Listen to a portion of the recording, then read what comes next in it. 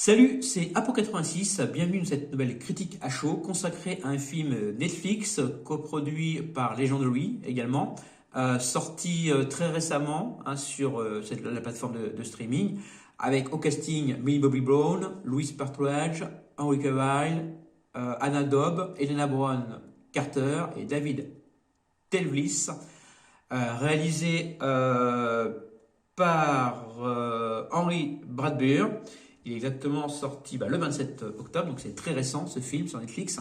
Il s'agit de Enola Holmes 2. Je vous avais déjà parlé du premier ici. Donc là, j'ai voulu voir un peu la suite, ce que ça donnait. Premier film qui était assez oubliable, qui a été jugé d'ailleurs beaucoup comme mauvais. Moi, j'avais plutôt bien apprécié. J'ai dit que c'était un film moyen.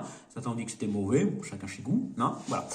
Bref, donc Enola Holmes qui raconte donc l'histoire toujours de la sœur de Sherlock Holmes. Oui, comme je vous ai expliqué, Sherlock Holmes est tombé dans le domaine public. Donc on rajoute des personnages, on y invente des histoires. Donc là, c'est tiré d'un bouquin d'une série de romans pour enfants, pour ados. Dans lequel Enola est la sœur de Sherlock Holmes. Voilà. Bref, donc Enola Holmes 2 se passe directement après les aventures du premier.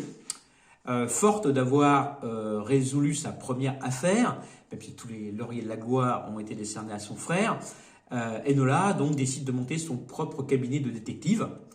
Malheureusement, elle n'a que 17 ans, c'est une femme, enfin une jeune fille, et elle n'a aucun client.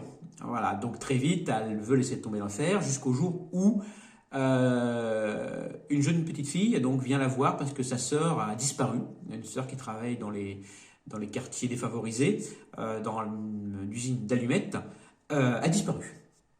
Donc elle est également accusée d'avoir volé dans l'usine. Donc Enola va enquêter sur ce vol et cette disparition inquiétante. De ce côté, Sherlock Holmes se casse les dents sur une enquête de détournement de fonds. On détournait de l'argent à la Banque d'Angleterre il se rend vite compte qu'on le balade. Voilà. Les deux enquêtes donc se rejoignent bientôt. Ils se rendent compte que les deux Holmes se rendent compte que les enquêtes sont liées et que les ficelles sont tirées par un certain génie du crime, un certain Moriarty. Voilà. Alors qui est Moriarty? Pourquoi les deux affaires sont liées? Vous le saurez en regardant le film. Alors qu'est-ce que j'ai pensé de ce deuxième opus? Alors que c'est pas un grand film, c'est pas un grand film, mais il est quand même un petit peu meilleur que le premier.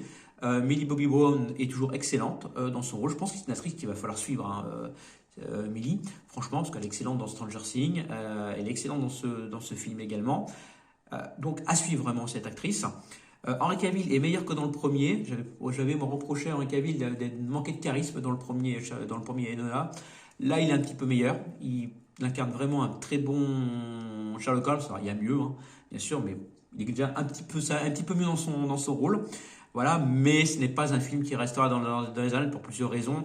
C'est que l'enquête, les ficelles sont un petit peu grosses quand on les voit. Voilà, il faut les voir les ficelles, mais elles sont là. Quand on a l'œil de Sherlock Holmes, on va dire, quand on a l'œil et qu'on a un petit peu de logique, on se rend compte que faut, comme dit Helena Bonham Carter, pardon, dans le film, c'est le fil à tirer. Voilà. Une fois qu'on tire le film, on se rend compte toute l'enquête, tout le film est écrit, tout le film est téléphoné.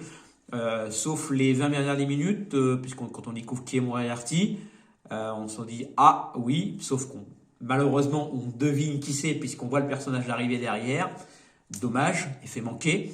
Et la toute fin post-générique, la scène post-générique également, qui est pas mal, même si pareil, elle est encore téléphonée par une réplique d'Enola à la fin. Donc c'est dommage. Il y a plein de petites choses sur lesquelles le film manque de coche. Par contre, c'est bien réalisé, il y a de l'action, il y a des bonnes scènes de combat, des bons costumes. L'ombre de l'époque est bien représenté. Un petit peu beaucoup de CGI, malheureusement. Voilà, donc ça reste un film Netflix. Ça va pas jusqu'au bout, mais ça fait le job. Voilà, pour moi, ça fait le job. Je dirais que c'est un film moyen.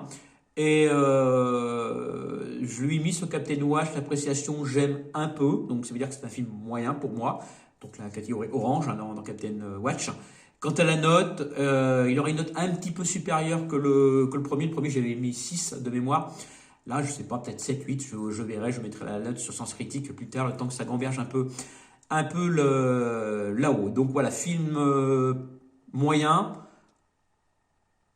oubliable peut-être, voilà, je n'irai pas jusque là, mais voilà, on va dire moyen, qui ne rentrera pas dans les annales du cinéma et que je trouve déjà meilleur que le premier. Donc je vous invite à le regarder puis à me dire moi ce que vous en pensez de ce deuxième opus d'Enola Holmes qui est disponible uniquement sur la plateforme Netflix. Je n'ai fini moi avec cette critique à chaud. Je vous dis à plus et surtout gardez l'esprit critique. Salut!